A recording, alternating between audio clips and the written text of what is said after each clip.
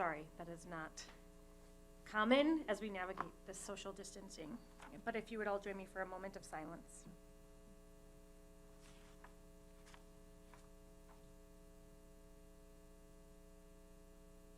And if you would join me for the Pledge of Allegiance. I pledge allegiance to the flag of the United States of America and to the republic for which it stands, one nation, under God, indivisible, with liberty and justice for all. Can we do roll call? Does Cherry do that through Zoom, or should I just do it? I would say go ahead, Erica. You go ahead. All right. Art Schneider. Here. Joel Freerick. Here. Craig Wirtz. Here. Andy Minke. Here. Erica Connor here. Jill Werner. Here. Mary Diamore. Here. Oh, we can hear you. Jeff Vokel. Here. And Cherry Winchowski. Here. Can you hear me now? Yes. That's exciting. Well done. We're all here. Okay. Do we have any citizens' comments? Anyone that wanted to speak and didn't sign the sheet? Eric, you signed the sheet. Did you want to speak? I think, Tom, we have a presentation, right? So as soon as we're done with citizens' comments, nobody wants to speak for citizens' comments? Nope. I guess we're good. Okay, then we will move on to consent agenda. We have the approval of board minutes of May 26, 2020, as well as the approval of voucher numbers. I have to log in to get free. Voucher numbers 127727 to 129419 in the amount of $3.3 million and change, and total receipts for May 2020 in the amount of $833,000 and change. Any questions or discussion? Hearing none, those are approved by consent. Cherry, are you able to give us a student learning committee update?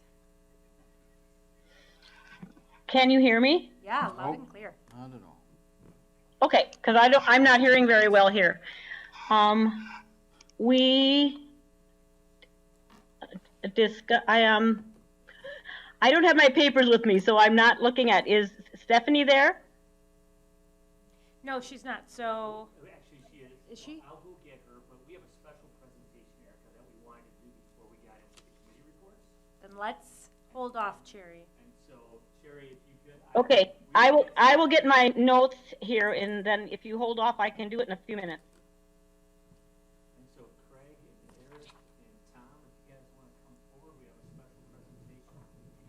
A huge donation, really a special donation. And but maybe Craig, if you could come at least stand by the microphone so people can hear on the live streaming, that would be great. I'd like to welcome Eric Gullah, a Quantico resident, two great children in the school district, two very smart children.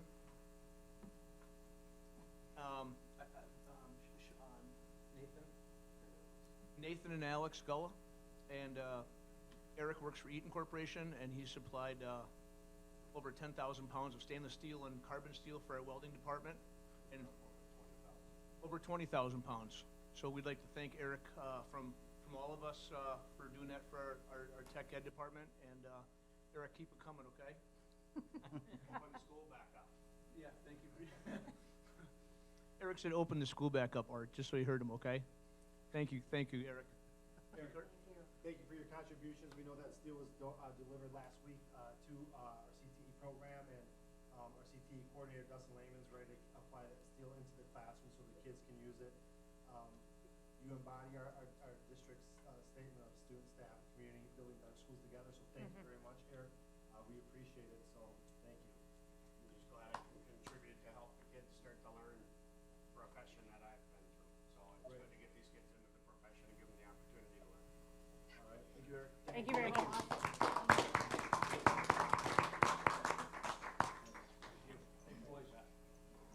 Thank you, and thanks for being here, guys. Erica, I have the minutes now if you'd like me to go through that committee meeting. Yes, we will move into, the student learning. Bye, guys. update. Thank you. Thank you. Okay, we discussed some different policies that we just approved, that we've just sent to that we don't have to do anything with. the 5th grade math pilot, where we started those big ideas. First we started in 6th grade, and then they had come to us last year and wanted to move it down to 5th grade. And so we're moving ahead with that, and all the teachers are on board with it. There was some discussion on it to be sure that this is the direction we wanted to head and that we weren't going to go any lower than that, and we were assured that that is the case. And then we also talked about, let me see, I'm looking here at my document here. We also talked about the purchase of the AP textbooks and how those changed. And so we are bringing that to the full board for approval for purchase of those textbooks. And we just went over the parent survey, and I think we're going to talk about that later for the results from that survey. And that's what we had on our committee meeting.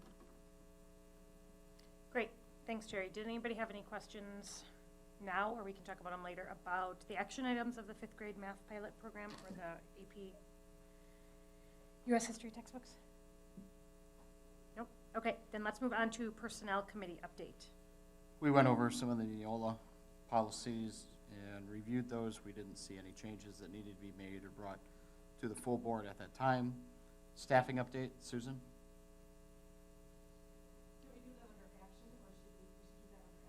We can if you'd like. So superintendent review, Sean is going to be bringing to the next personnel committee his rough draft. We asked him to put his review together, and we'll be reviewing it at the next personnel committee meeting, and then probably the August one we will invite the full board so that we can go through and do the program that we've done in the previous years for doing the superintendent's review. So if you want to be on the ground floor of it, I'd suggest attending the next personnel committee meeting, because that's where a lot of the information will come out and be shared. And the teacher compensation program, Susan did a presentation to us at the personnel committee on what it was that she was working on, and given the COVID crisis and that we faced over the last 4 months and the school being kind of unique in session and out of session, she's going to continue working on it, and it's just been put on pause. She's working on it in the background, but when there's more of it to bring forward, we will. Erica, that's all I have. Thank you, Andy. All right, Mary, would you be able to do a finance and facilities update? All right, we went over some Neola policies as everybody else did, and we don't have any changes to bring forward at this time. We talked about Fairwind subdivision and how we couldn't really do a hazardous transportation review at this time since there's no school. So that's going to remain for at least next year. They're still going to receive busing. And then we talked about the end of the year Fund 46 transfer. Tom, do you want to go over that, or? Yeah, sure. Okay. Thanks, Mary. I made mention to the Finance Committee that during the month of July, we'll have an opportunity to make a year-end transfer with any surplus funds we have available in Fund 10. And one of the options is to transfer that money to Fund 46 to continue to save money for future facility needs. So I estimate that range to be between 1.2 and 2 million. As a reminder, $500,000 represents 1% of the whole budget. So somewhere within that range is where I anticipate we'll land, and we'll take action on that as a full board at the July meeting. But I'll start with the Finance Committee with the recommendation when we get to that meeting on July 20th. Okay. And that was it for us. Okay, so then we are going to move right into action items. So we have appointments, resignations, and retirements. So Susan is here, and she can share that information with you.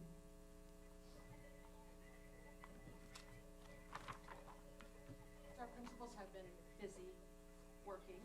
We have one late retirement, and that's Bill Grawl from the high school. He's a special education teacher.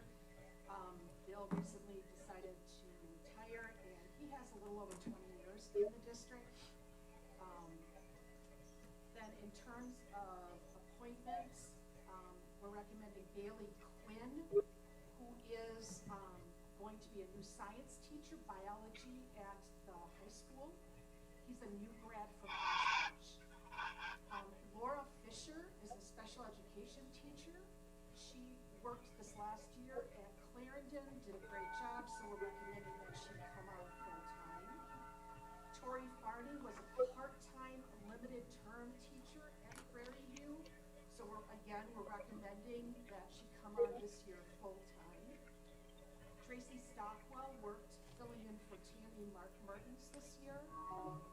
So we're recommending that she. Cherry is saying that she's unable to hear you. Are you able to speak into the microphone more, or is that not picking up? I don't know. Can you try? Hey, Sean, which microphone should we be speaking into here? This one? This one? Susan's right? The other right. Yeah, they're right, the tall one. Left. Now can you hear me? Jerry, can you hear Susan now? Yes, no, hello? Obviously not. I don't think she can hear me. Mary, can you hear Susan? No, none of us can. Nope, I can't hear her. Susan, you want to come over to this microphone? You wanna pick up where I was? Sean, over review.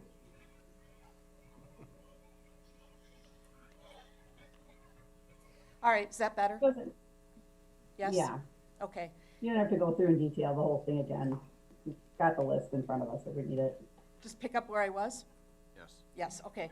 So Tori Farney is 5th grade at Prairie View. She was limited term this year, half-time.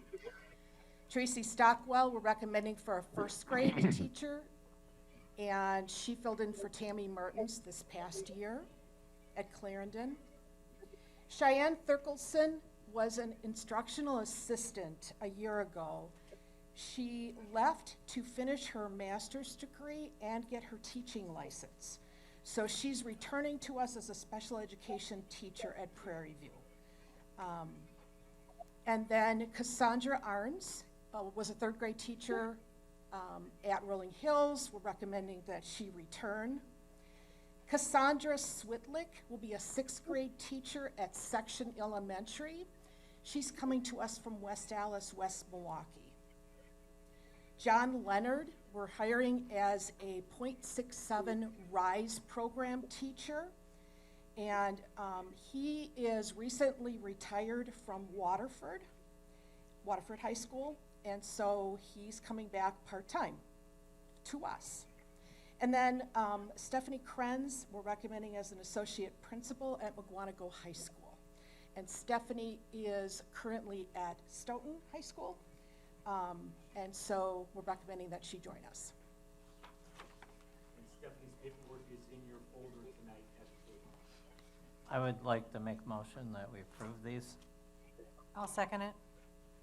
Okay, I have a motion and a second. Any other questions or discussion? I have just a question for Susan. Susan, when we had our meeting, in our personnel meeting, you stated there were still 9 open positions. Do you have any update? I know that's only 2 weeks ago. There are only 5 positions open. Okay, and that's on par? We are way ahead. We're way of ahead. last year. Nice job, thank you. And then I just have one question. Who did we ever get to fill Pat Grady's position? Pat Grady's position was filled when, gosh, what is his name? We can get that. That's, I was just curious. You guys approved that 2 months ago, I Yeah. think? Yeah, it's, Yeah. for some reason it stuck in my head and. I have to think of his name. Was that the gentleman from Texas, Susan? No, that's Sharon, Okay. Ali Sharon, and he's from Houston, Texas. Wow. I have to think about the gentleman who's. Hopefully he's not. Tell him welcome to Wisconsin Hopefully in he's February. not listening. Okay, so I had a first and second. Any other discussion? Okay, all those in favor say aye. Aye. Aye. Aye. Any opposed?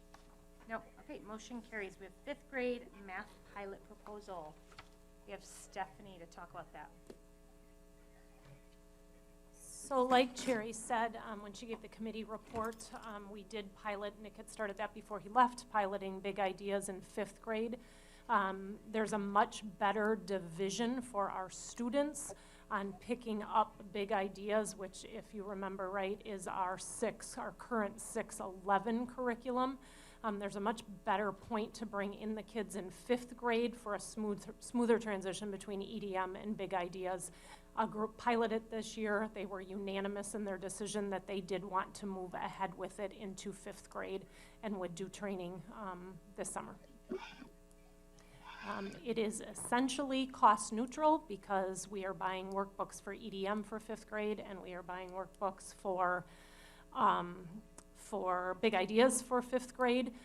The only extra cost this year is to just pick up the online license, but we do have to purchase the online license for EDM too. It's just that we're going to purchase a 8-year license, I think it is, and so there's a little bit more put forth this year. I think the total is about 44 this year, but then we won't have to pay that the other 7 years.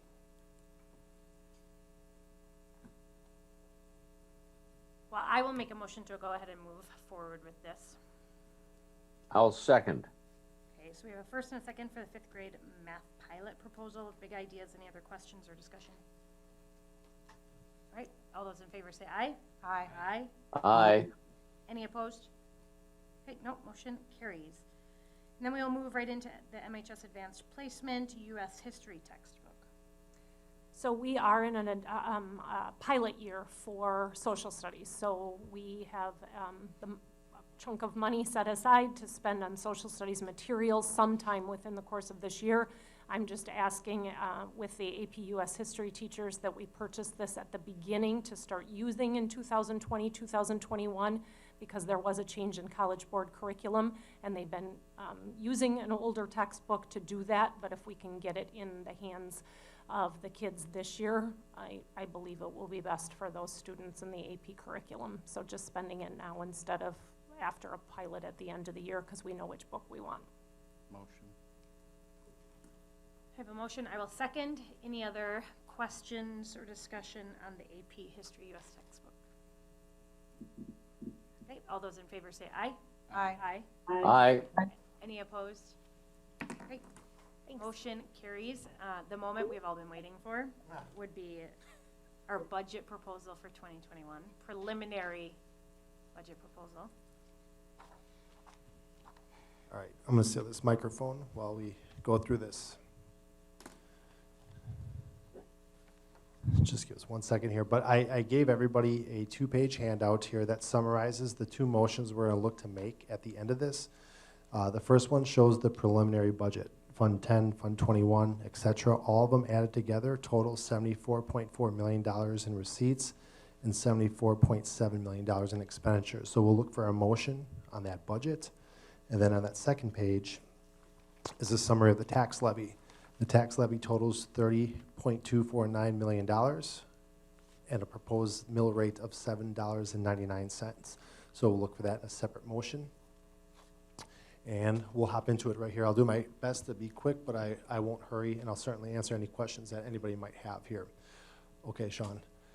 We'll go through this in 2 steps here. We're going to focus on how we receive the bulk of our revenues through equalization aid and the tax levy. We'll focus on that primarily, but then we'll also talk about the various budgets and the funds and how we have those mapped out going forward into the next school year. Go ahead. All right, so we're going to take 3 steps here to go through this mathematics here. The first step we're going to do is we're going to estimate our state equalization aid. Okay, we get that number from DPI on October 15th. Once we have that, then we go to step 2, which is where we calculate our revenue limit. As a reminder, the revenue limit is our equalization aid plus property taxes are going to be limited ultimately to restrict the school board's tax levying authority. Okay. But once we calculate the revenue limit, we can then back into what the property taxes will be in this community. So let's hop into that. If we have our balanced budget that occurs this year and we'll target $51.5 million in shared costs, we will do that by making our last transaction, which will be the Fund 46 transfer next month. We're targeting that number, and if we do so and our assumptions hit true, we will get $19.78 million in equalization aid. That's a 7% decrease from last year, and that's down $1.4 million. In that number, we are assuming there's a great potential for a budget repair bill. We know that the state finances aren't as strong as they once were. This is how they're going to balance that budget. They're going to cut spending in various areas of the state budget, with one of those being the K-12 budget. So we are assuming that that's going to happen between now and October 15th, so we've accounted for that. So there we have our $19.78 million in equalization aid. We'll go to step 2. We'll do our revenue limit. Our revenue limit takes a look at our membership that lives in our district boundaries, the number of kids attending public schools. We make a 3-year average of that. We multiply it by our revenue limit number. If we go to the next slide here, you'll see that our revenue limit is $9,700. We are on the far side of that spectrum. You can see other schools like Elmbrook have almost $2,000 more per student. So we build our budget with the smallest number allowable. It's the smallest in the state. Sean, we can go to the next slide there. But that's our revenue limit, $9,700 per pupil is how much we'll collect between taxes and state aid. To that, we will add some adjustments, and I'll talk about those in just a second here, but that's going to define our revenue limit. So let's go ahead. Sean, you want to click it one time?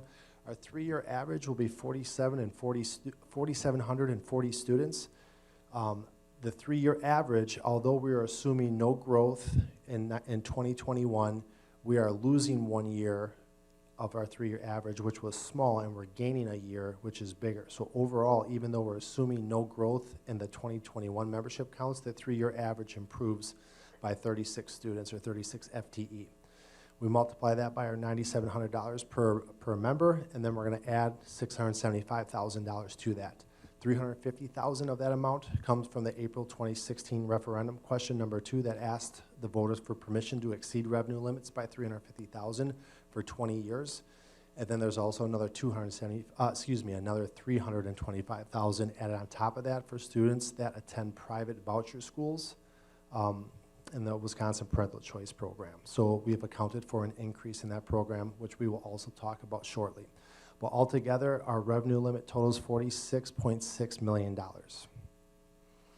So once we have that number then, Sean, you can click it one more time, and we see that the property tax revenues cannot exceed $26.775 million.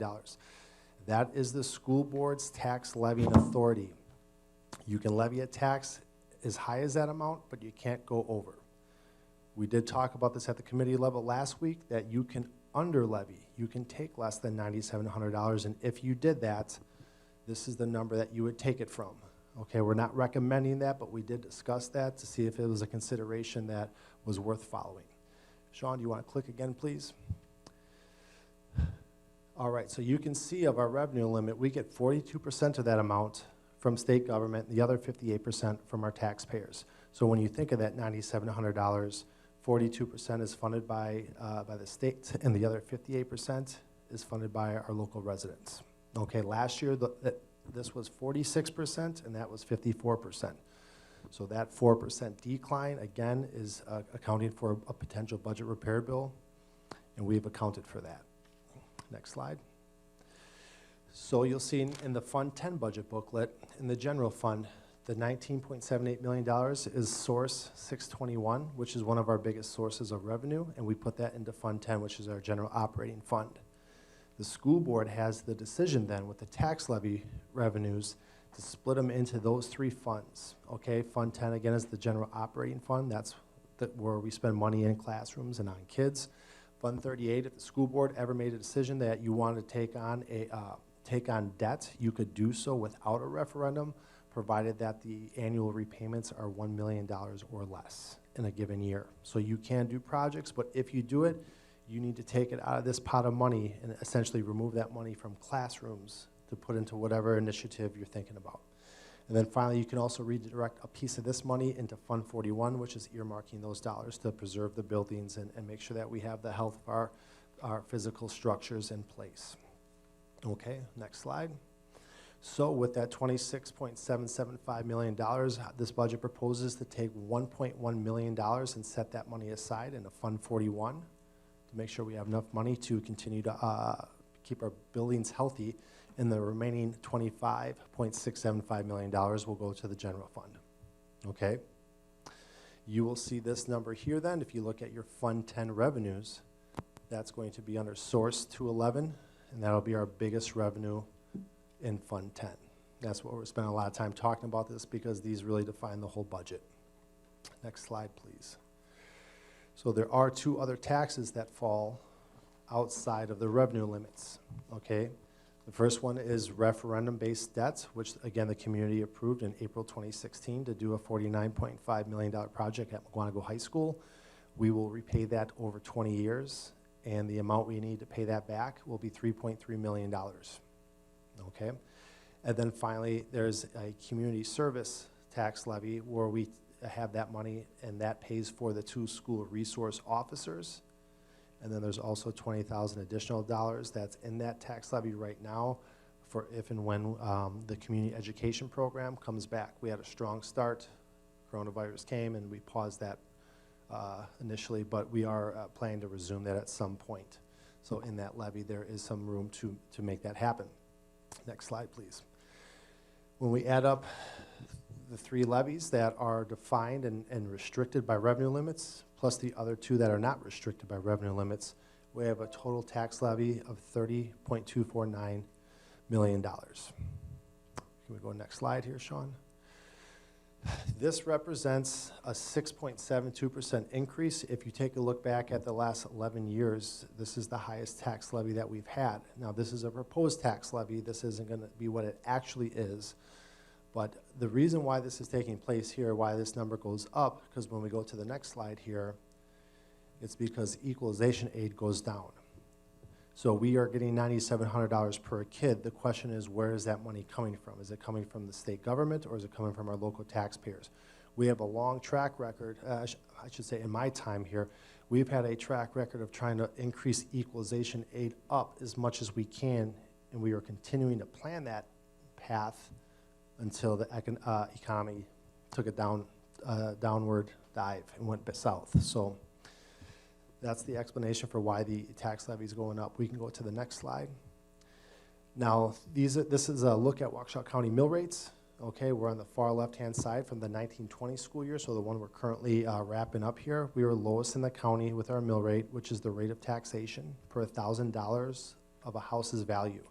This budget proposes a $7.99 mill rate, so while it is an increase, we would still rank last in the county in terms of the mill rate. This is the metric that you'd focus on when you want to compare yourselves to other communities, when you're concerned with taxes, that is. Okay, so this has a $7.99 mill rate proposed. Historically speaking, when you take a look back over time, we have been dropping our mill rate. So as we got equalization aid to go up, we could get taxes to go lower and keep that mill rate going down. Right now, with the, again, with the economy, the mill rate's gonna come up because state government isn't able to maintain, we're assuming they're not able to maintain their pledge in the second year of the biennial budget. Next slide. We talked about the revenue limit calculation. It's $9,700 times your 3-year average plus some adjustments.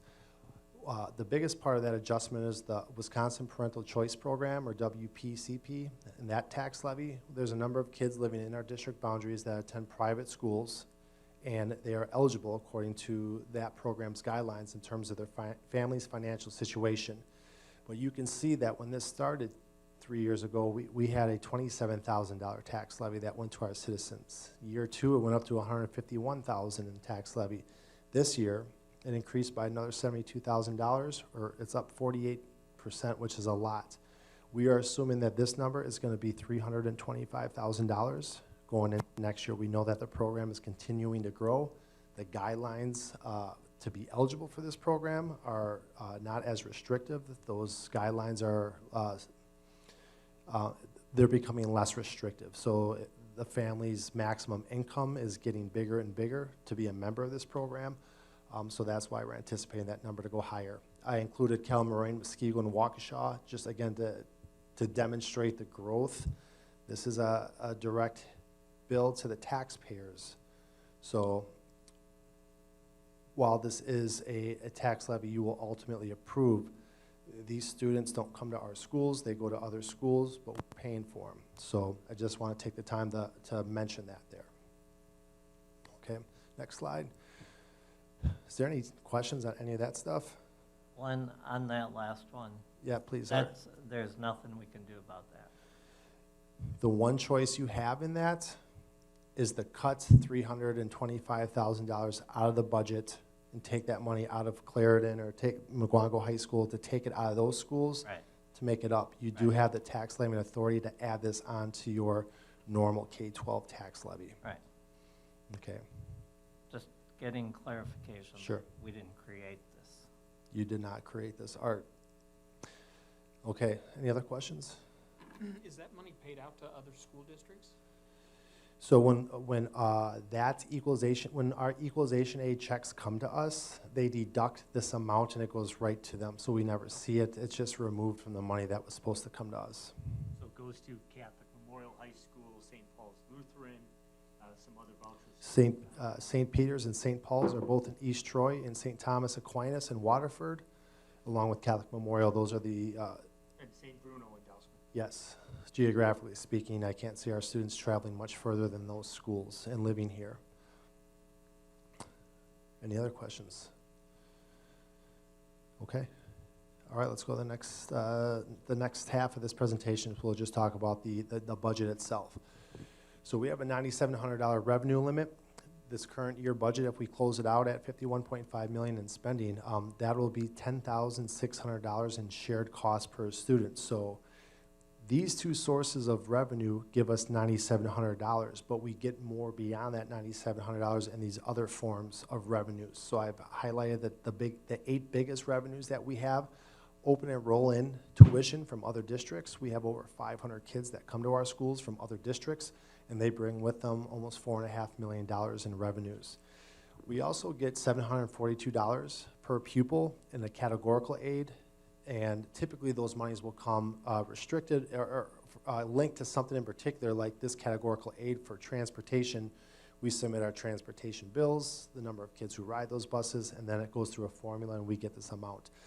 This money, this $742 per student, comes to us unrestricted. We can do whatever we like with it, but it is a major source of revenue. I just want to highlight this very quickly because there is a possibility that a budget repair bill doesn't materialize, that there are certain costs that if a budget repair bill occurs, those in state government who seek to hold office may not want to do a budget repair bill because there's a political cost to that. So if that occurs and there is no budget repair bill, once we certify our tax levy and get our equalization aid in October, there's only one place left for state government come November or any time thereafter to balance their books. And it's to take this money mid-year and say, we can't give you everything we told you we were going to give you. So we could go back to $10,000 per student, like we originally planned, like we originally told, what's currently in the second year of the biennial budget. But if they leave that alone, we do stand to lose revenues there. So I just want to take a moment to highlight that. That is a possibility. But those are the major revenues there in Fund 10. If we go to the next slide.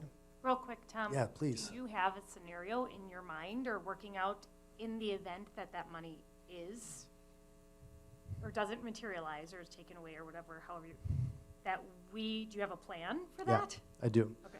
In some way, shape, or form, Erica, we're going to, from the scenario of having a $10,000 revenue limit to walking that back to $9,700, we're going to lose about $1.5 million.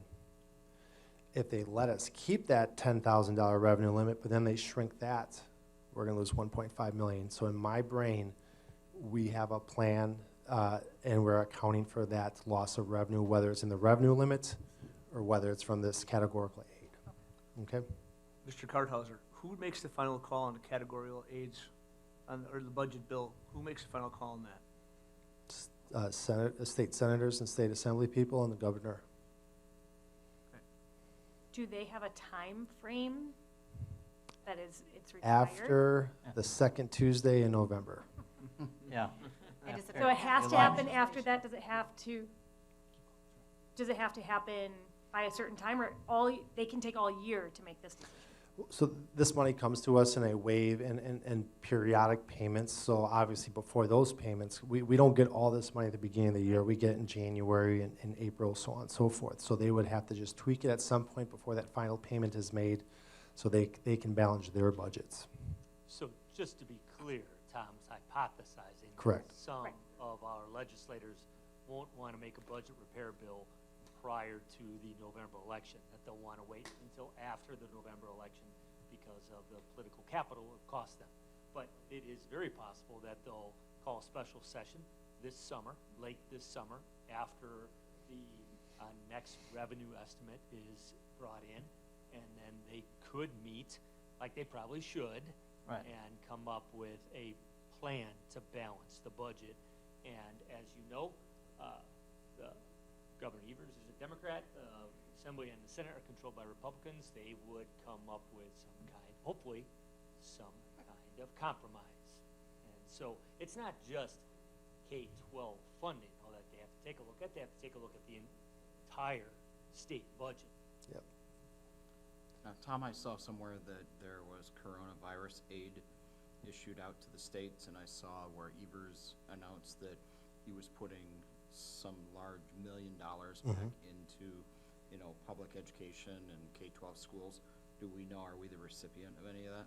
So far, we've received $101,000 from the federal government from the CARES Act, which is from a couple months ago now. Those dollars are restricted on what we can use those for. It's really just to help pay for, you know, PPE supplies, or if there's other things we're going to do, if we're going to hire more food service workers to wipe down our cafeterias, or anything related to controlling the coronavirus spread. That's what that money is used for. We're waiting for more information to come.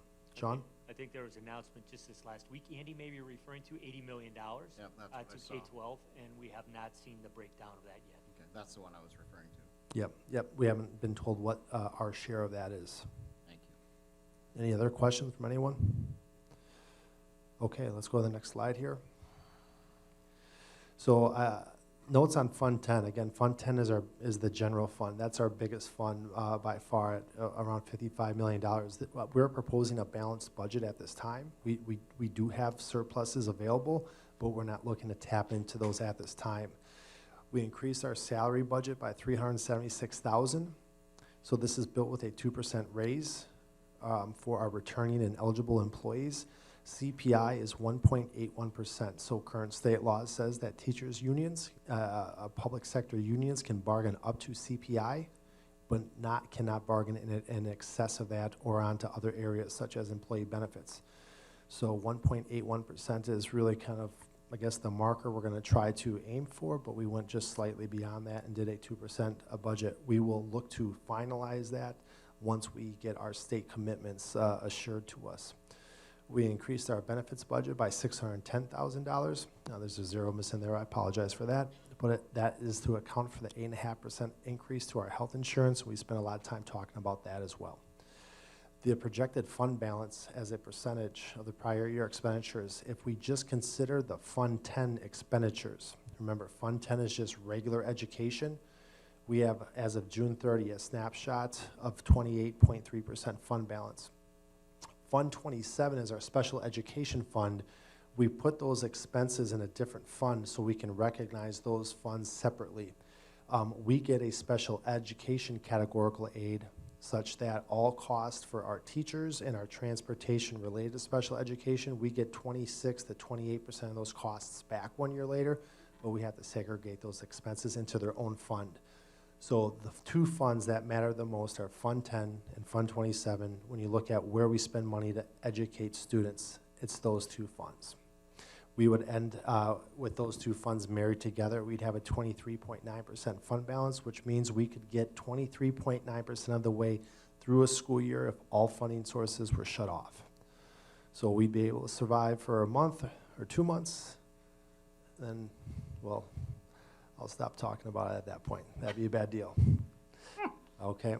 Going to our other funds, special education is a break-even fund, so the money in equals the money out, but we have increased our investment in special education by $280,000. Fund 38 was our non-referendum debt. Back in April, we voted to make a drop payment, and we settled that debt. We have no more Fund 38 debt. That is completely paid off. Fund 39 is the referendum debt. I had mentioned that we have 20 years of payments at McGuanago High School. In the budget booklet that is on board docs here, I just want to point out one real quick. One of the very last exhibits, it's blue and it's lined. It looks like this. This is basically our 20-year mortgage at McGuanago High School as we pay this off. In the far right column, it has our annual tax levy amount for this levy and the following 15 levies. And they stay constant at about $3.3 million every year. What you don't want is tax levies going up and down, because that inconsistency is just something that taxpayers don't appreciate. So we have a tax a repayment schedule that's very even here to pay off our Fund 39 debts there. In Fund 41, we have a $1.1 million allocation going into Fund 41, but we only have $800,000 in expenses listed there, which gives us the opportunity to add $300 in fund balance for those future building projects. If something were to occur where we no longer had a balanced budget in Fund 10, we talked about levying $1.1 million in there, we could reduce that in a one-time manner to help balance up Fund 10. So we could take money out of Fund 41, it goes right back into Fund 10. Again, every dollar we take out of the classroom to put into Fund 41, it can also go the other way as well if we need to balance things up. Next slide. Fund 49 is our referendum fund. We collected $49.5 million. We put that money into the bank, it grew with interest, and we've been spending that down to accomplish everything at McGuanago High School. Virtually all that money is gone. There is some interest earnings left. Most of it will be spent here by June 30th, but there will be a small run out that goes into next year, but that'll be very, very minimal, relatively speaking. Our food service fund, I've worked with Pam Harris. Again, we're increasing our lunch prices from $2.80 to $2.95. I have a preliminary budget in here, but I am working with Pam to make that more finalized under the assumption we are going to have normal school food service operations. We know there's a wide variety of food service scenarios we could consider, but right now we're planning in terms of budget purposes for a normal food service style year. In Fund 73 is our employee trust fund. We're 100% actuarially speaking, and we're doing a new study in August and September, so we'll get that validated and see where we're at. We do continue to make contributions to that fund to stay 100% funded. So there's a number of teachers that we have that get $1,000 per year of service. If we have 300 teachers that all are doing that, that's $300,000 of additional liabilities accrued in a year. So we want to pay $300,000 at the end of that year to make sure that they're all still 100% funded. Okay, but we're definitely in great shape there. And then Fund 80 is our community service. We have $150,000 of a tax levy there. $130,000 of that is dedicated to our 2 school resource officers, as I said earlier. And then we have $20,000 embedded in that for our community education program when that comes back online at some point of the school year.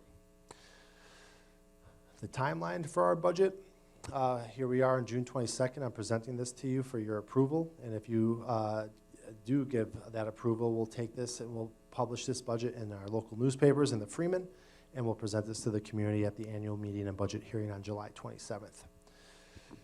Everything we're doing is in a preliminary basis until we get into late October. Then we'll go from a preliminary budget to a final budget. I can't see a lot of things changing materially except if a budget repair bill in any way, shape, or form comes about. We have accounted for that, we anticipate it, but if it didn't happen, things would change a little bit. Okay, and I'll talk about that on the next slide as we wrap this up. So if we go to the next slide here. All right, I want to continue to emphasize to the community and to the school board here that we still have to consider a wide range of scenarios here. So we can target a $7.99 mill rate, but that happening, if that were to happen exactly, it's hard to say that with total confidence. So we have to continue to think about a wide range of scenarios. I apologize that these numbers are rather small here, but here in this column, this is the 1920 tax levy that was built at $9,700 per student. In these 2 columns here, I have scenario 1 and scenario 2. Scenario 1 is if we build the budget at $9,700 per member. Scenario 2 is if we built that at $10,000 per member. So I have 2 scenarios here. This is what we anticipated here for this proposed budget. All right, it's a tax levy of $30.249 million. That's a 6.75% increase in the tax levy, but consider if property values go up 3%, our mill rate will go up 3.64%. Again, that'll be one of the lowest in the county, if not the lowest. If we have a $10,000 per member revenue limit and the state doesn't increase or improve their equalization aid commitments, we'll have access to that $10,000, but the question is, where are we getting that from? we're getting a lighter commitment from the state, which demands a heavier investment from the community in terms of the tax levy. So you can see that this scenario has a $31.6 million tax levy, which is an 11.77% increase. That's high. That's, we would all agree that's a very high number, and the mill rate is 837, which is an 8.5% increase. I'm not saying that's going to happen, but I'm going to paint that as the absolute highest watermark of where this thing could go, and that's why I continue to talk about scenarios and a range of values. So this is the expected range. This is the high end, but I want to make sure I at least mention that. What would be great, and this is what I'd like to see happen, is that we have the $10,000 per member revenue limit, but equalization aid is better than 19.78 million. Let's kick that number up another $1 or $2 million, and let's see equalization aid from state improve, which takes the burden away from our taxpayers. That's what's happened in the last 4 years. I'd like to see that happen again coming into this next school year. I didn't mention tertiary aid once. And we missed it, actually. I have a question. Yes. Can you just, in general, define, are we required to adhere to this timeline of budget, preliminary budget, is every school district doing the same timeline? And my question is, I mean, you have to make some assumptions. We don't know what money we get until October, et cetera, but there are 64 different things that could change under the circumstances that we're in right now. Sure. With how we're going to have to spend our money. And while you say materially that bucket probably won't change too much, and you've accounted for some fluctuations, depending on how we go back to school, I would assume that every line item on this budget is going to change. But you're saying it'll probably just shift around. So there Yep. may be several questions in there, but you know, part of me says, you know, why do we have to do this so early when we don't know what the scenario is? So are we required? I don't remember those rules. Can you go back one slide here, Sean? Thank you. Okay, so every school district by default is going to do there's 3 types of school districts. There's union high schools with K-8s. We're a common school district, and then there's a unified school district. For the life of me, I don't know what makes a unified district unified, but they don't have to have an annual meeting or budget hearing. There's a small number of school districts that fit that criteria, but as a common school district, we can do our annual meeting as early as May. So for the upcoming 2021 school year, we can do it in the month of May, but you cannot do it earlier. The latest you can do it then, your annual meeting is the night of your tax levy certification. So Muskego, for example, they do theirs late in October. Perhaps, I don't want to put words in their mouth, but they might say, don't put too much stock in a preliminary budget. That's going to move all different directions all week long, all month long. So just wait on that. I don't know why you do it as early as May, because personally, I think that's way too early. There's not a lot you can really know at that time. So you're really making decisions on a budget that's really strong in theory, but in reality, will that be what your actual budget is? We moved our meeting up from September to July, because we anticipated that all county governments had the option to give all their folks more time to pay their property tax bills. Most pay them right on January 1st if they use an escrow account with their mortgage. Not everyone does that. So you can make installment payments. The last payment is due at the end of July, but county governments have the opportunity to say, we'll give you until the end of October. When we do our fund balance snapshot on June 30th, you know, we're told we have $15 million in fund balance. But of that amount, $5.5 million isn't even with us yet. We don't receive that money until August. It was possible that that $5.5 million actually wouldn't make its way to us until November. And with that amount of money coming to us that late, we may have a need for short-term cash flow borrowing. But we can't short-term borrow until we have the annual meeting. So if we needed to do that, and I don't think we do, but if we did, we're moving this up so we can do what we need to do and keep moving forward. I'd rather have just keep the annual meeting in September when we can roll out a very, I won't say concrete, but a very defined budget, more realistic, correct. But we're gonna move that up by a couple months now. Would you repeat that, please? Can you go back to the beginning, Sean? Okay. Did I answer everything there Yeah. for you, Joe? Yeah, it's early and there's so many unknowns and it's a better understanding now of what. So the October dates up there are mandatory. Right, Yep. those are mandatory, Yep. right. And you're saying DPI says you can do your budget anywhere from May till October 14th. Yep. So that some school districts on October 26th, they'll do their annual meeting that night. There's a lot of different ways to do it. This is the way we're going to do ours, or I'm proposing and recommending we do it this way. Is there any other questions? So are we doing each one separately? Budget Yeah, I proposal? think we have. I'd like to make the motion, we approve that budget proposal. Okay, so the two-page handout I gave you, Art's making a motion on the preliminary budget that has $74.4 million in receipts and $74.7 million in expenditures. And I'll second it. Okay, we have a motion and a second. Any other discussion or questions? You have to roll call it.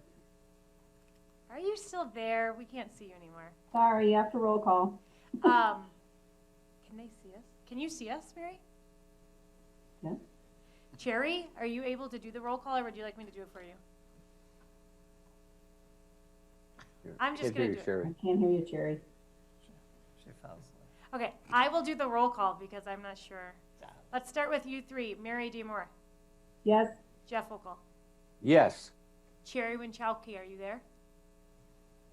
We'll come back to her. Art Schneider, Yes. Joel Freer, Yes. Craig Verse, Yes. Annie Minky, Yes. Erica Connor, yes. Jill Werner, Yes. Cherry, are you there? Can you see her? Can show you the thumbs up? Well, Yeah. I think we have our Cherry Winchowski to be determined. Can we close even do that? If you close the PowerPoint out, it's gotta be on her end. Looks like Well, it's here. okay, motion carries, either way.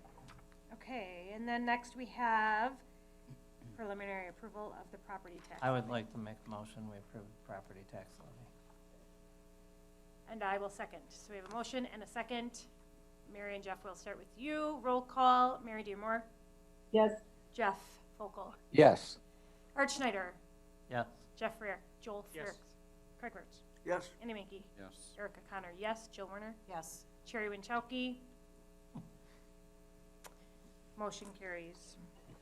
Okay, last action item we have is food service, extending the food service past June 30th. Okay, it came to Pam Harris. Pam Harris was told that USDA released new guidelines where they extended the free meal service that's currently in place past June 30th. The original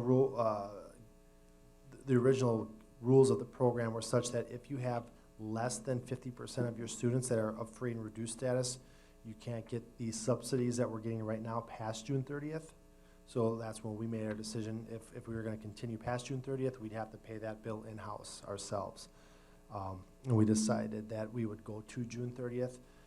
Now that we can go past June 30th, it's before you now to see if you'd like to continue that food service. Pam provided a memo to talk about some of the considerations that you should perhaps make as you make this decision. I provided a map here, a graph to all of you that was in the board docs that demonstrates the counts have been going down. So as of last week, Friday's meal service, our high water mark for meals served was 1,450 meals served in early May, and we're down less than half of that to 720 as of last Friday. So the participation is down. There are some sources of assistance for students that are in a free and reduced status that are getting money paid to them that comes from state government for it's $325 per child that is free and reduced. So that money is to be used by those families for food during this time if needed. The McGuanago Food Pantry has provided additional service, and they have now include dairy products, meat, and other fresh produce. And Pam did, in my conversation with her, she did state that if you decide to go past June 30th, it's going to be difficult for her to rally her food service workers, because right now they all thought that they would be done on June 10th, and they're going to work till June 30th to go into July and August. It'd be a challenge, to say the least. Could it be done? I'm sure it could be. But we'd have to recruit other employees from other parts of our district to lend themselves towards that operation. So, Are you looking for a motion on this? yes, we gotta take action. I'd like to make a motion that we continue it to June 30th and we stop there, as agreed upon in the previous meeting. Second. So to clarify, you are not making a motion Yeah. of the action item, which would be to extend food service past June 30th. Correct. It stops on June 30th, would be my motion. Okay, any other questions or discussion? Okay, hearing none, all those in favor of not continuing it, say aye. Aye. Aye. Any opposed? No. Okay, motion carries, and then we'll move on to unfinished business.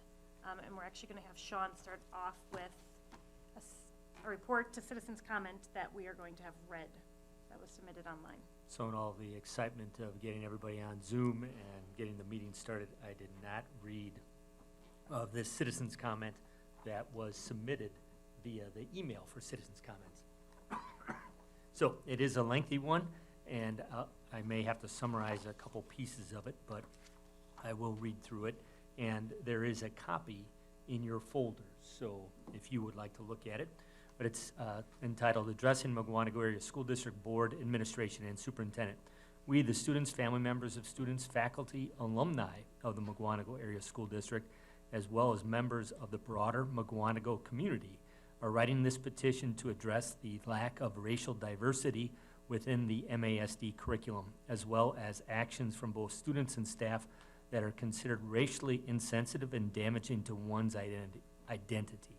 The murders of George Floyd, Breonna Taylor, and numerous others sparked the most recent wave of protest against institutionalized racism within the criminal justice system in the United States. Additionally, it has been made clear that racism has roots in many other institutions, including that of our education system, beginning in elementary school. Our community thrives on the high-quality education provided by MASD schools.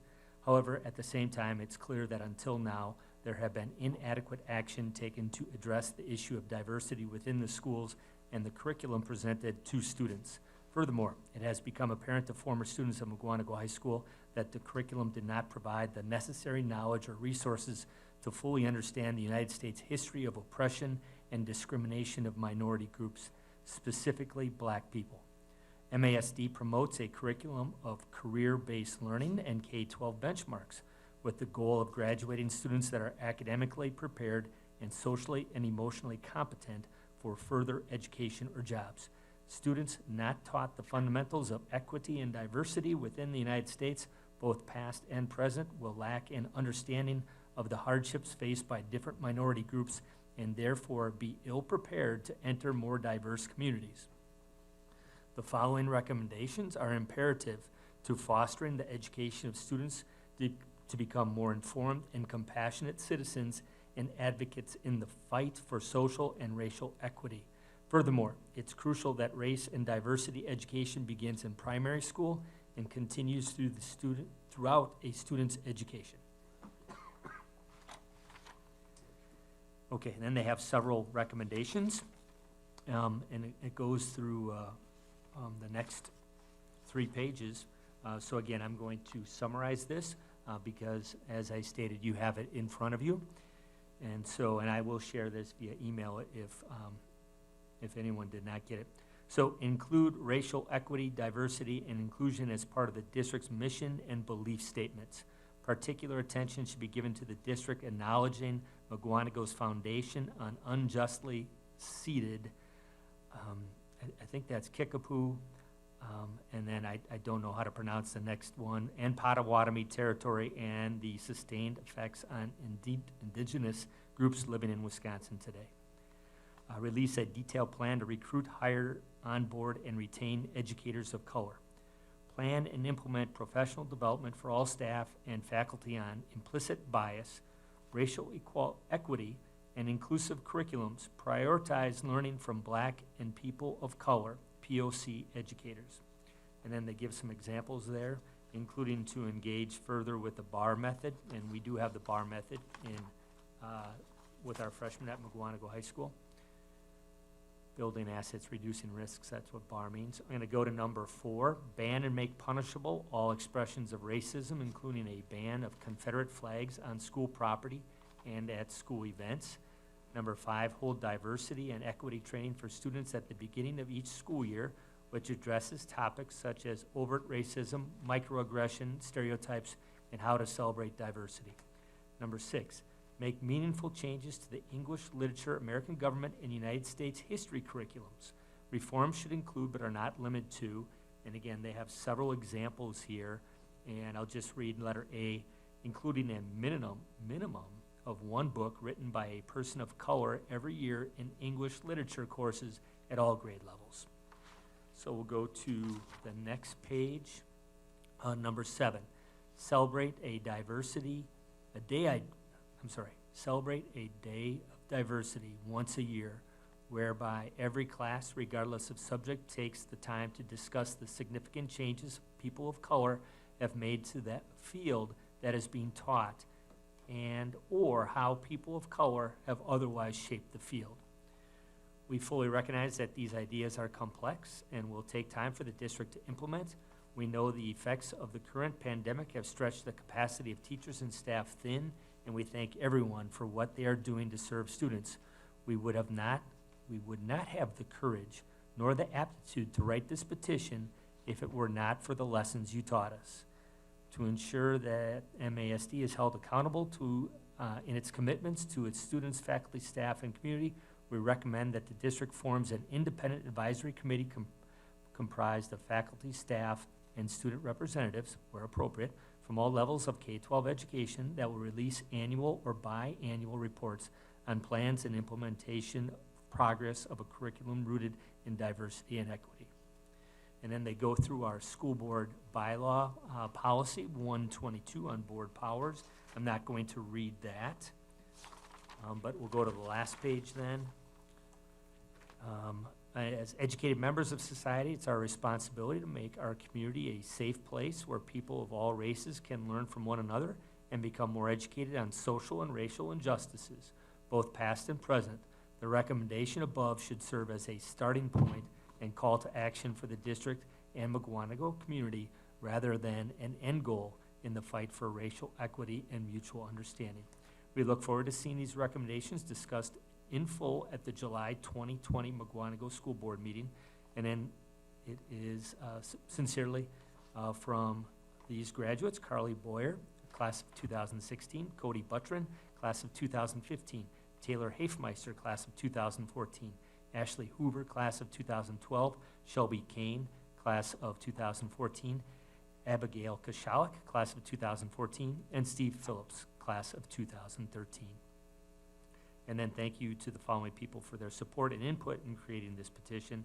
So Sierra Sims, Maggie Gilman, Russell Phillips, Alex Kleinschmidt, Cora Smith, Liam Jones, Cooper Davis, Steve Phillips.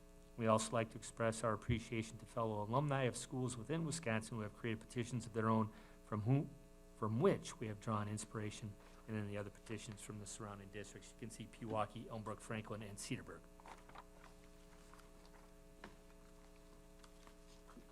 Okay, since that's a citizen's comment, we won't have any discussion on that item at this time. So if we can move to the superintendent's update, is that okay, Erica? Please. And so we want to have a update. I want to provide an update on our return to school. And at the same time, we also want to review our staff and family survey results. So Stephanie is going to be talking about that in a few minutes after I get a little bit farther along. Hey, Tom, can you hit the button, please, on the PowerPoint?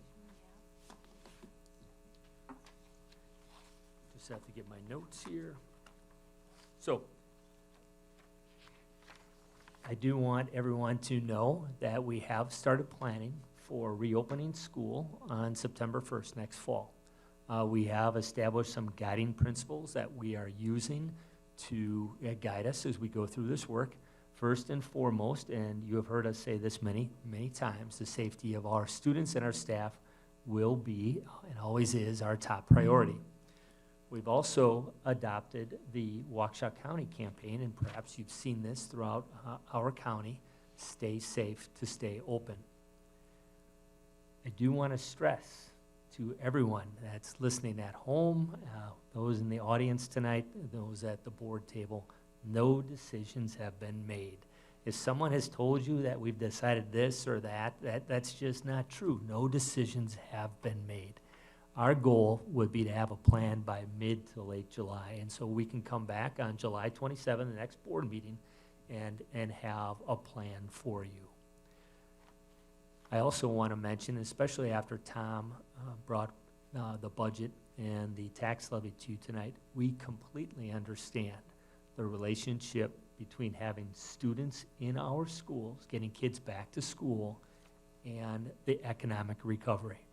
If we want to see those budget numbers improve that Tom shared tonight, if the budget repair bill, if we want better news from that budget repair bill, the economy has to improve. In order for the economy to improve, we have to get kids back in school so their parents can go to work. We get that.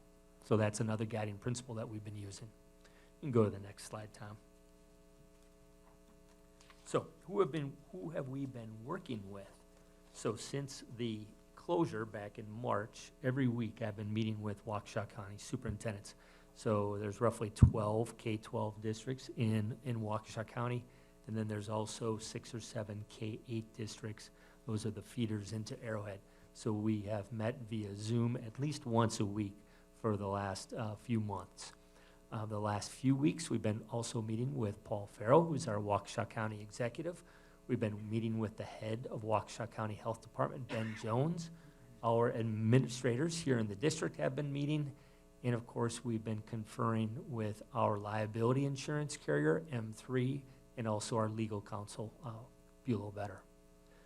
There will be time for us to seek more board, staff, and community feedback, and that's going to happen over the next several weeks. And of course, we have some staff feedback already, and like I said, Stephanie's going to talk about those survey results in a minute.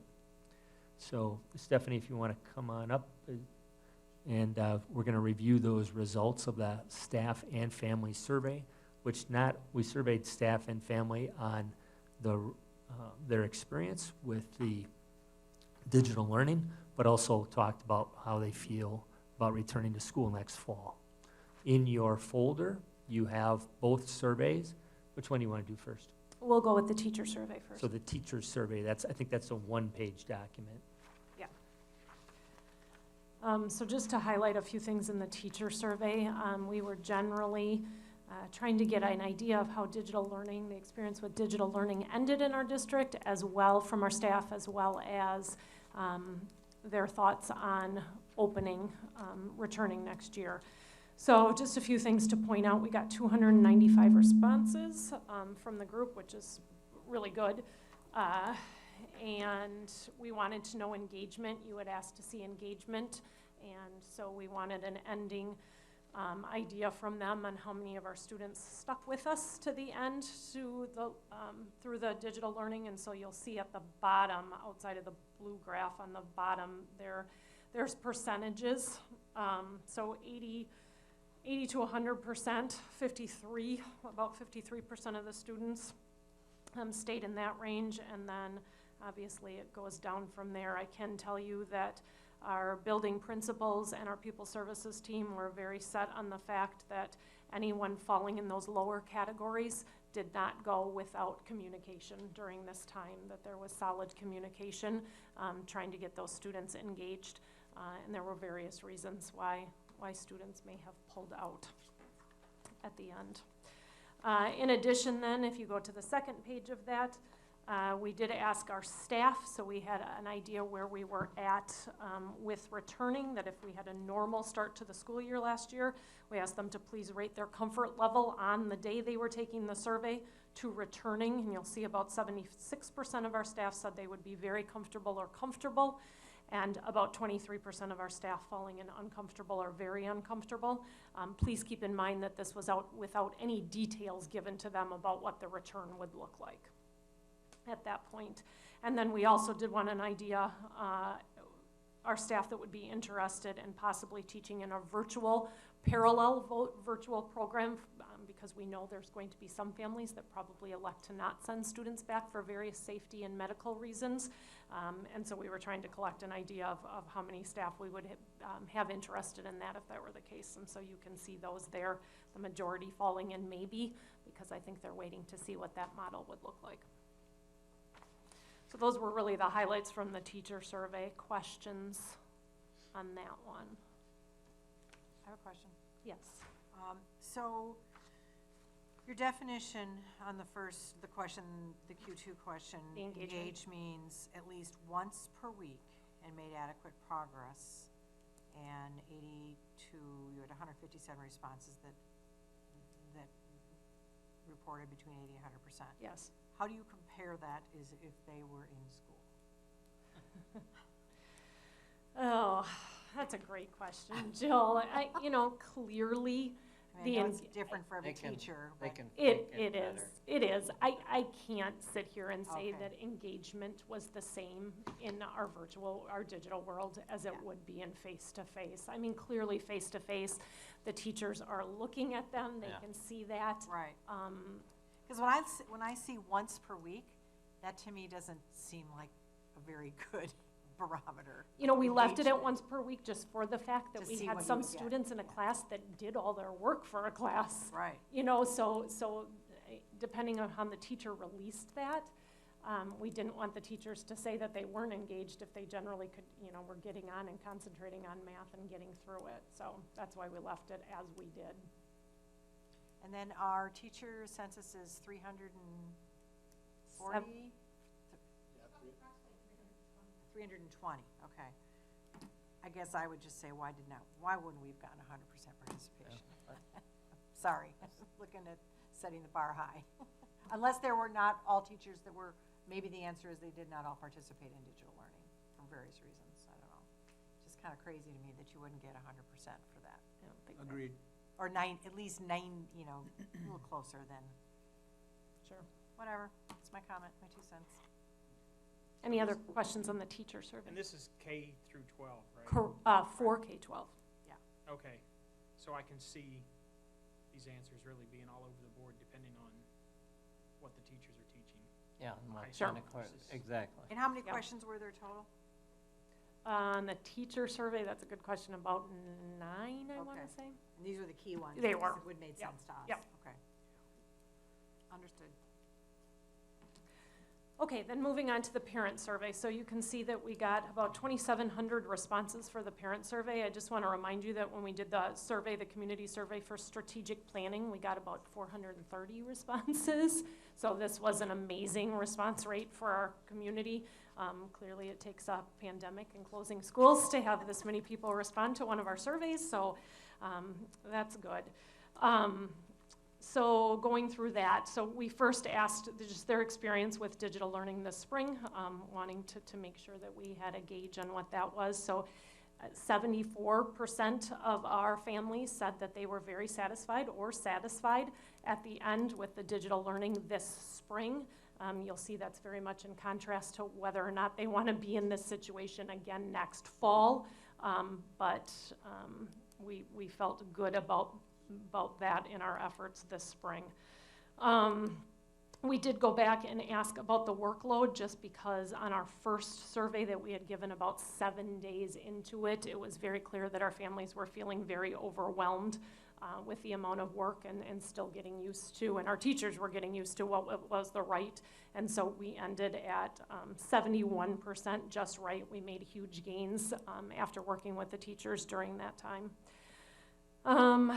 Then moving on, wanted to know about technology, just in case we would ever be back into a closure situation again in 2020, 2021. 92% of our families had good access to the technology. So clearly there would be 8%, and out of the 8%, some of them are just situations where parents were working from home too, and so it wasn't that they didn't have access, but there were a lot of people trying to get on the computers. Then we moved on to next year, I'm sorry, one more question for this year. We asked them what were their greatest concerns during digital learning. And so you'll see the first two has to do with social and emotional things with students, losing out on school experiences, losing relationships with friends. Those were major concerns. And then 3 would be falling behind academically. Access to online learning, again, only 1% there, so I think that we were pleased with the amount of technology we were able to get out to parents and access for that. Next question then moves to returning in September, and we asked parents what their greatest concerns were about opening next year. And you'll see the number 1 at 24% is continuing with digital learning. And number 2, right behind that, was over-restrictive precautions in opening. Third, then, 17% were still at student health and safety. Moving along, then we asked them just the scenarios that we knew statewide were on the table during this time to gauge our community reaction to those. So you'll see we went from a normal, like what is your comfort level, with a normal start with regular classes. 79% of our community at the time they took the survey said that they were comfortable or very comfortable with a normal start for students. And then we ask about hybrid. Really, number 2 and number 4 are similar. They both landed at 56%, kind of a hybrid alternate schedule days that we saw in the state plan that came out today, and then a combination of in-person and digital learning. And then finally, full digital learning. And 75% of our community said they were uncomfortable or very uncomfortable landing in that model again. Moving ahead then, we also took a look at a virtual school again, trying to anticipate that we may have some parents that, because of medical conditions, safety concerns, that do not want to continue face-to-face, even if the majority of our community does. And so would they enroll their students in a virtual school next year? Only 4% saying yes, but 30% saying maybe, that clearly they would want to know. And we did get some email feedback on that, Ben Casso and I did, and a lot of it had to do with, if it would look exactly like it did this time around, we'd go no, but if there's going to be more live interaction with teachers and we're gonna make advancement on teaching the classes online, then maybe we would be interested in that. And then finally, Tom added some questions regarding busing and what that would look like moving ahead. So 77% of our parents said they'd be comfortable putting their child on a school bus in September. The percentage is cut off there, but it was 77% at very comfortable and somewhat comfortable. And then we did ask them if they're uncomfortable, then how would they get their children to school should they want to continue with face-to-face schooling. 50% of those parents that said they were uncomfortable said that they drive them to school. 32% said they'd have them take the bus anyway, even though they were uncomfortable. Probably parents not having much of an option. And then 18% said that they'd explore different educational options at that point. So that is our parent survey. Questions? So in a nutshell, it looks like that overwhelmingly kids want to come back to school and their parents want to come back to school, correct? Correct. I guess the other thing that I would say to that is that we do, in our discussions, though, have a segment of our population that we don't want to lose from the district that do have a, that are uncomfortable with that. So I think that's something to consider in the discussions moving ahead. And then the last handout that, a memo that I have in there is just simply, so the failure rates at the high school. I think that you had asked to see those in the end, and I think that you will see that we actually had, in every grade level, less students that failed second semester than failed second semester last year at this time, which is really a credit to our staff, students, and families that did stick with it. You would also see, if you looked at this, that the core classes were passed at a higher rate than our elective classes in many cases. So I think some of the shutdown that we saw definitely in electives, and that was the same thing at the middle school, that students tended to stick with the core and put their concentration there if they were struggling with the digital learning. And then I also included the summer school numbers, just so you can see that we are working very, very hard for credit recovery at the high school and trying to give the students the opportunity to recover those credits, and doing quite a bit of remedial work at the elementary and middle schools this summer. And I'm honestly amazed, given that we were still in the digital world for that, how many parents went ahead. It's a huge benefit, speaks loudly to our community and the support for the schools that they, that if a teacher said, hey, I really think that your child needs to stay connected for 4 more weeks to get some more work on reading or writing, that they were willing to do it. So, Stephanie, is that 158 kids in the credit recovery for high school, is that a normal number? that's a good question. I'll need to get back to you on that. Just, I don't know, it seems like a lot to me, but. We're higher than we normally are. I just can't tell you how much higher, but we're higher, I do know that.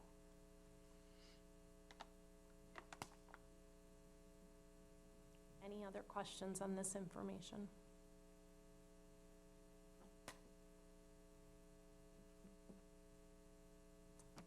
Okay, thanks, Stephanie. Yeah. Sean, the start of the 2021 start of school year discussion, was that your? Yeah, so I'll keep going if it's okay. So again, when we meet to discuss what school looks like next fall, we are taking a look at the staff and family surveys, or teacher and family surveys. We're also taking a look at the data that you would find on the Waukesha County Health Department website, and I encourage you to take a look at that website. Obviously, we're meeting with Ben Jones and Paul Farrow, so they are also sharing information with us. We have taken a look at the Wisconsin Economic Development Council, or WEDC, their reopening guidelines, and those are definitely worth a look, and many organizations, industries, employers are using those guidelines as they reopen across the state of Wisconsin. You may have seen that the WIAA did release guidelines for summer activities last week. Quite an extensive document that divides up the opportunity to open up into different risk categories. And so that is for summer activities for our athletes starting July 1. That has nothing to do with fall sports. So you may have heard about 2 or 3 weeks ago, it was quite popular on social media that the WIA had come out with information saying that they were going to start fall sports on time. That's not true. That was a rumor. That was false, and they had to come out with a correction on that. So no decision yet on fall sports, but we do have guidance on how our students can participate in activities starting July 1. So for the month of July, basically.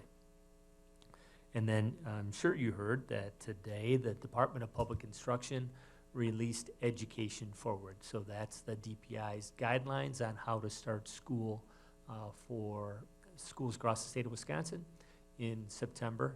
And those are recommendations, they are options, they are guidelines, they are not mandates. And so that's really important that we're all on the same page with that.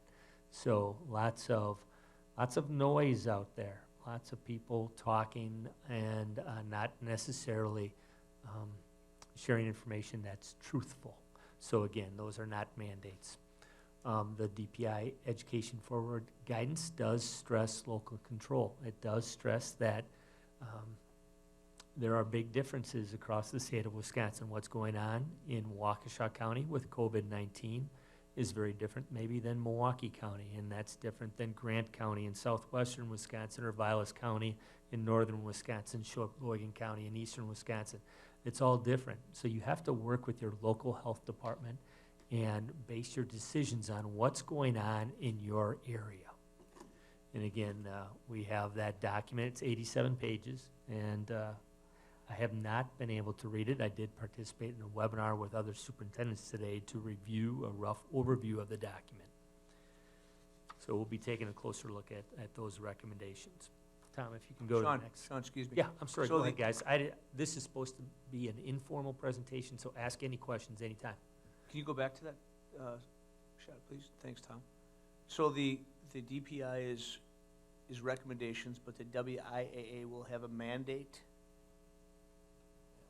Is that true? There's a mandate for the WIA, but the DPI is?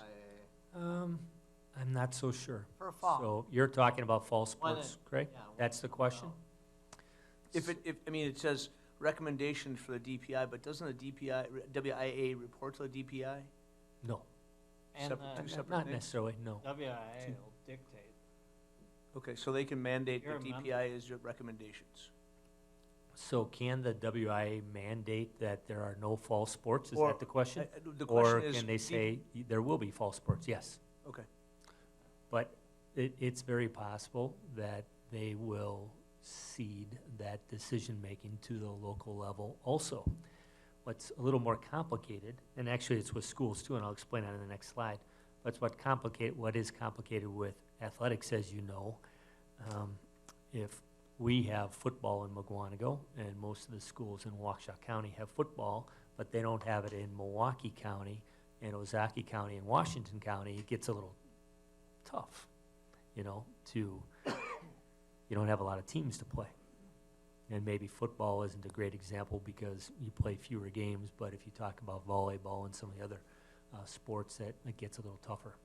So they may decide statewide, but they also may, like I said, cede that to more local control.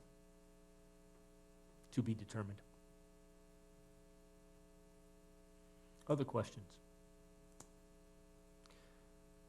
So key points then, first and foremost, and this is my biggest fear. So we have to remember that the State Department of Health, now I'm talking about the state level, the State Department of Health does have the authority, the legal authority to close schools. And they did do that this last March. We're all aware of that. The state Supreme Court decision did not affect the ability for the State Department of Health to close schools. They have that authority. That was affirmed in that state Supreme Court decision.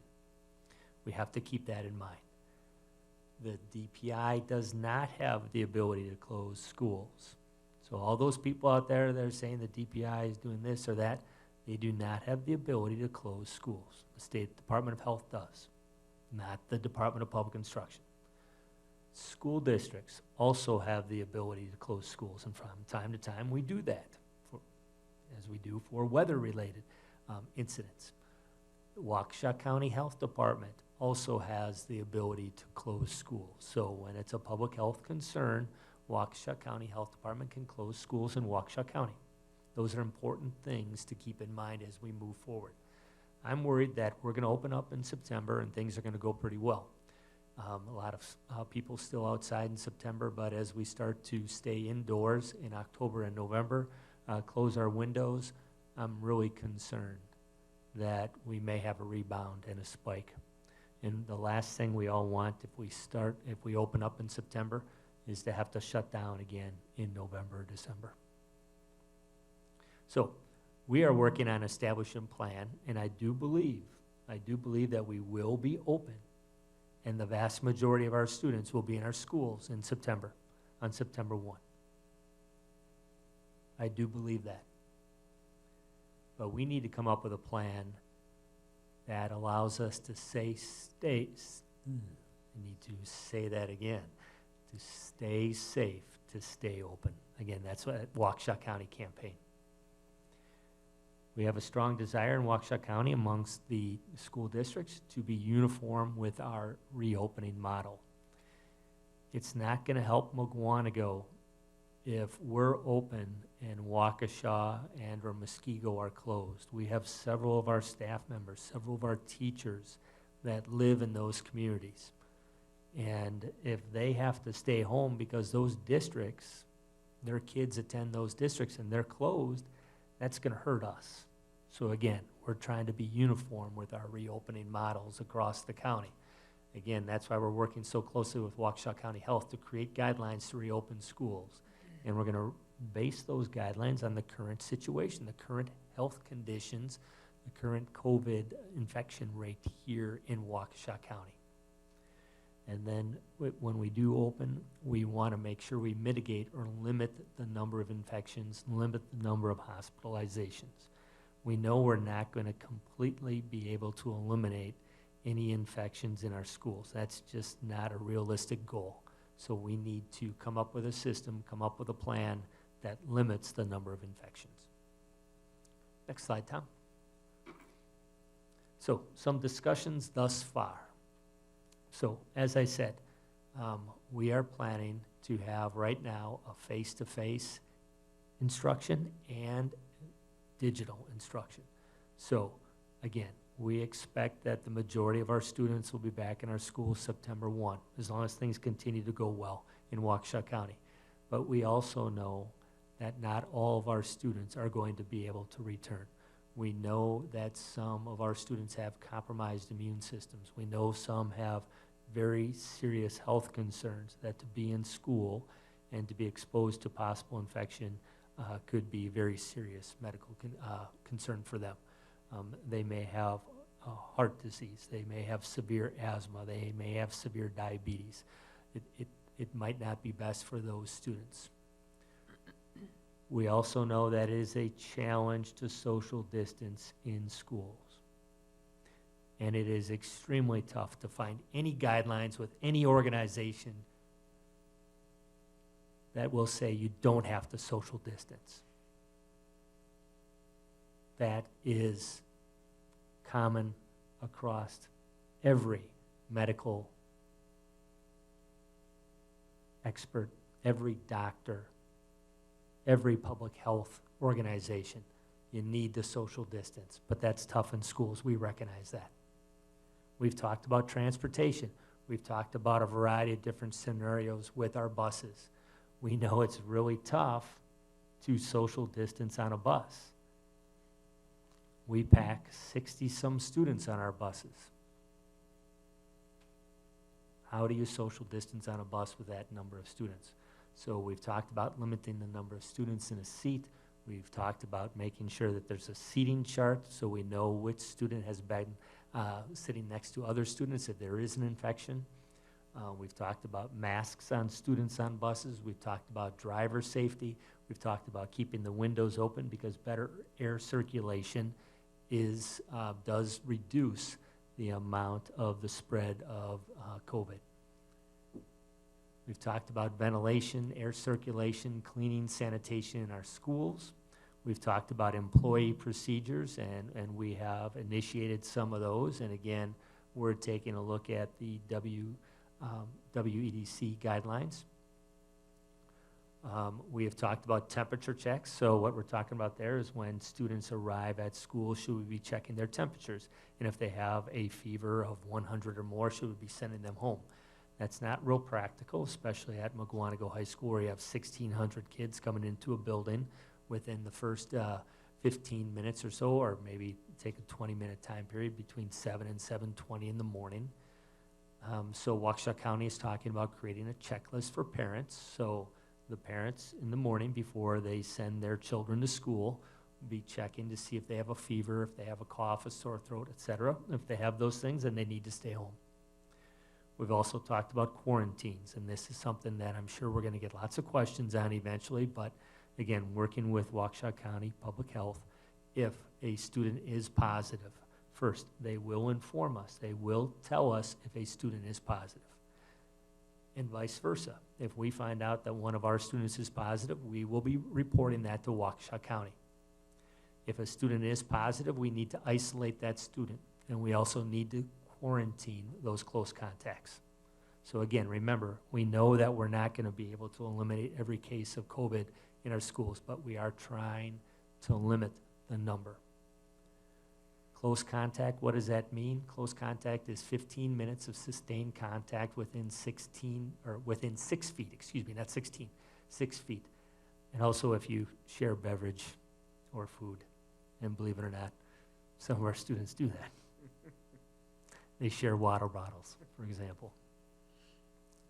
If you have to quarantine, and that this is something that will be mandated, this will be directed by Waukesha County Public Health, You have to quarantine at least 10 days. And with those 10, it can be longer than 10 days, but within those 10 days, the last 3, you have to be fever-free for 3 consecutive days. There is no quarantine. That's what that last statement means. There's no quarantine, though, for contacts of contacts. Otherwise, you could go on forever. But it does mean that if we have a student in 3rd grade at Rolling Hills, in Mrs. Gorman's class, for example, that tests positive, Waukesha County will come in and do the contact tracing, and they will identify students who have been, again, sustained contact within 6 feet for 15 minutes. If they shared beverages, they shared food, those kids would also be ordered to be quarantined. That's public health. And that's not just with COVID-19. That happens with other communicable diseases also. So, again, I firmly believe we'll be back in school in September. The vast majority of our students will be. But we do have some things to work out over the next several weeks. It is not going to be exactly like it was last September. If we want to limit the number of people getting infected, we have to have some restrictions. What those are going to be, I don't know. But we're working on it. So, questions? Sean, are you thinking of ways to do online learning for those kids who are in quarantine, or Yeah, how I'm are you sorry. going to keep them up? Yep, I'm sorry, Mary. Absolutely. We are going to be doing digital learning for those students that, 1, aren't in school at all, and 2, that do have to go into quarantine, yes. And as Stephanie mentioned earlier, we are beefing up our digital learning instruction.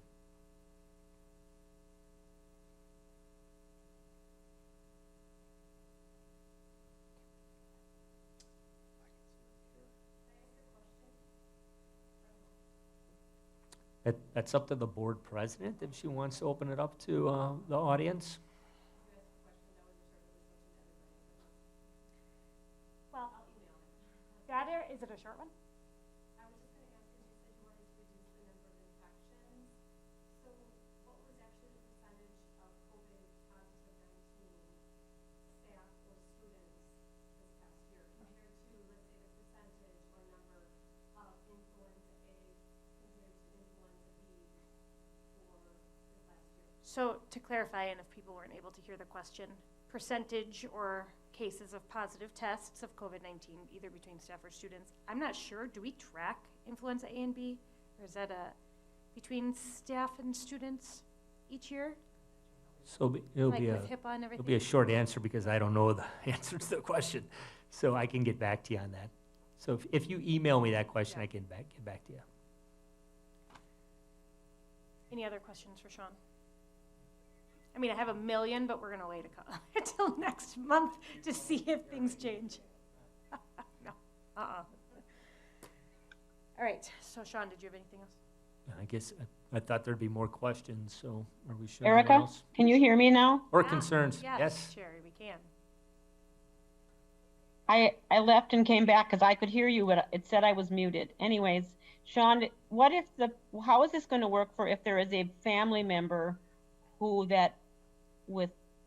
then those kids have to stay home for that too, right? They would be considered a close contact, is that what you're asking? Yeah, So the other that's way, right now possible. we're talking about the kids. How would it work the other way? Like if older brother or that whole family would have to be quarantined. Is that understood that way? I don't know. I can find that out though. And again, I don't want to focus on the quarantine. I do want to focus on the fact that we'll have our kids back in school. We just want to make sure that once they're back in school, we come up with a plan to stay safe, to stay open. But Well, I can get back to you on Cherry on the family quarantine piece, sure. Well, and the other one is the teachers, because, okay, in an individual situation, let's say you're on a team, and one leader of the team gets confirmed, so you have other people on that team. they all have to leave at the same time. This is happening in other places, so I'm asking that to you. So we understand that some of our staff may get ill or may have to quarantine throughout the year. We know that we're going to need more substitute teachers and more help in the classroom. So we understand that. We don't have a plan for that yet, but we'll be working on that. Okay, thank you. Sean, would you review the timing again on your next steps as you continue to meet weekly with the superintendents, and it sounds you probably have teams and sub-teams of administration helping you on different things. Are you just presenting the final plan at the July board meeting, or is it going to be presented at the learning committee, or what? I mean, how do we become informed? Maybe I'm thinking before a full board meeting, which Right. is probably appropriate. Absolutely. So, I mean, just what is your plan? So I would say that first, let's see, today's the 22nd, the 24th, and then next Wednesday, whatever that is, I think our discussions with Waukesha County will be completed. So I would say that by the time we meet for personnel and the learning committee on the 13th of July, we'll have a much better idea of where we're going. Okay, I have a question about the reaction of, or your interaction with the health department. This is probably the wrong way to say it, but how cooperative are they? Are they cooperative? I mean, what hat are they wearing when it comes to a reality checkpoint of what we're trying to accomplish? Yeah, I think that they've been wonderful to work with. They have been very cooperative and helpful. They do have a very good understanding of what's best health practice, what's best practice, so as regarding mask wearing, social distancing, that kind of thing, taking temperatures, but they also have a good grasp on what's practical in schools, and that's a real challenge for us. Yeah. So I think best practice might be to take everybody's temperature before they come into the building. Mm-hmm. But is that practical? Probably not. I'm hearing that there's like uniform scanner devices and stuff. I mean, I'm assuming you're getting bombarded with different types of technology already to solve this problem? Mm-hmm. Yes, we have. Is that in the budget? Lots of vendors contacting us every day with all sorts of ideas. $1,000 I mentioned earlier. Oh, okay, yeah, got it.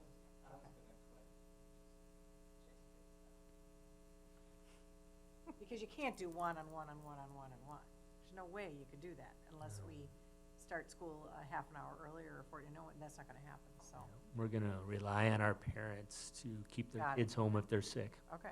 And we're going to rely on our staff to stay home, and we are right now. Yeah. If they're sick, they're supposed to stay home. That's really important. And I guess we all should be doing that, not just with COVID, but if we have a bad cold, if they have flu symptoms, that's just a good idea. We always hope that. Right, and I know, again, it's not 100% foolproof. Other concerns, and maybe I should have asked concerns instead of questions. I was glad to hear that you're trying to be uniform within the adjacent districts. I think that's really important. Yeah, and I'm not sure what's happening to the west of us or to the south, and we certainly can reach out to those guys to see where they're at. But I'm guessing, knowing their infection rates, that they're probably planning on returning to school also.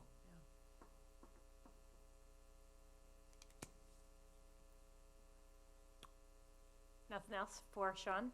Okay, we will move on to the board president report, which really doesn't have to be anything other than mentioning that at the finance committee meeting this week, we were discussing the revenue limit, the revenue cap, and how 4 years ago, we were at 9,200, or was it only three? $9,200 per student, then it went to 94, 96, 97, straight to 97, and we were scheduled to be at 10,000 for next year.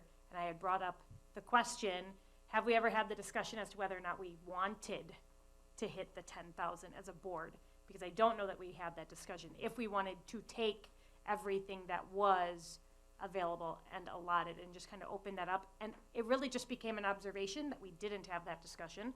Didn't know if it was one that we even wanted to have.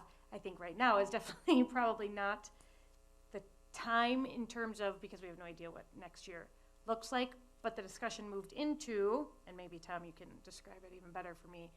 We were talking about the tax levy, right? And that if, let's say, our projections for next year are better than we think, we could keep the tax levy where it's projected rather than drop it as an option to help repay debt faster for the referendum. That was one of the things that came up in discussions, because some people would like less taxes for our citizens, so we could lower that, or we could utilize it potentially to help repay debt quicker. So that was just kind of a brief topic. So and some people indicated that they'd like to talk about it. So if you have any comments along that revenue cap discussion, now is the time. Otherwise, we can hold off until the future. So that is a conversation that can be had as we continue on into October, because really that decision has to be made at the last October meeting when we certify the tax levy. So the option that we have in front of us is if, we are targeting a $7.99 mill rate. If something were to cause taxes to go down, let's say equalization aid comes in way better than we thought. Well, we've targeted a $7.99 mill rate. The board could take the option of that $3.3 million that we levy for our long-term debt repayment. That's asking for the minimal amount.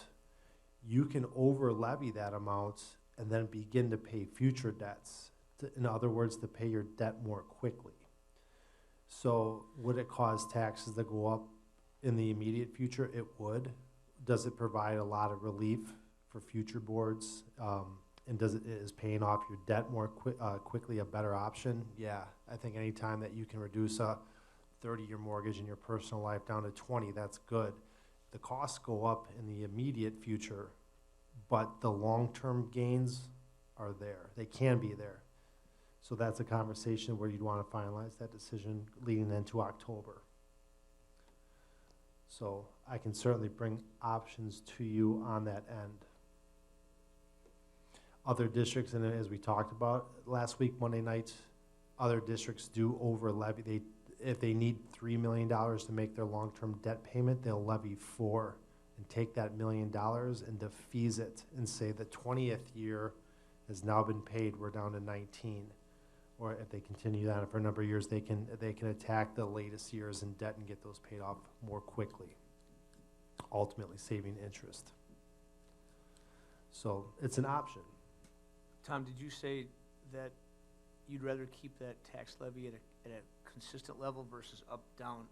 Was that something we talked about, correct? Always. I think the swings up or the swings down. Everyone likes the swings down, right? I mean, I live here as well, and so as a citizen here, yeah, I like when my taxes go down, but the swings are painful. They're hard. They can be financially difficult, and I get that. So we do want to avoid that. So you can levy in such a way, whereas if you take an increase on your tax levy for Fund 39 purposes, you can levy that upwards, take extra, pay off future debt, and then you have breathing room to wiggle that to maintain a very consistent tax levy and mill rate. I would say that the thing that we've done here in the 4 or 5 levies that I've been a part of is we've asked for the minimum and nothing extra. We've allowed it to drop. I hope our community understands what we've done in making that decision, but there are some different options where the long-term gains might outweigh the short-term pains.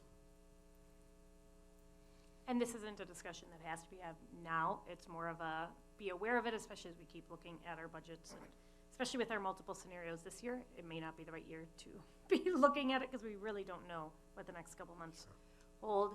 But it was more of an observation that that discussion has not been had in the past couple years. And then any other board member questions? Otherwise, legislation and correspondence. Sean? So no legislation, but I did include the article about the executive session, closed session in the packet or on board docs, just for our knowledge base as we move forward with executive session. No need to go into executive session tonight. Oh, okay. Really? How exciting. We have a prompt motion to adjourn. I will second that prompt. We have a motion and a second. All right, all those in favor say aye.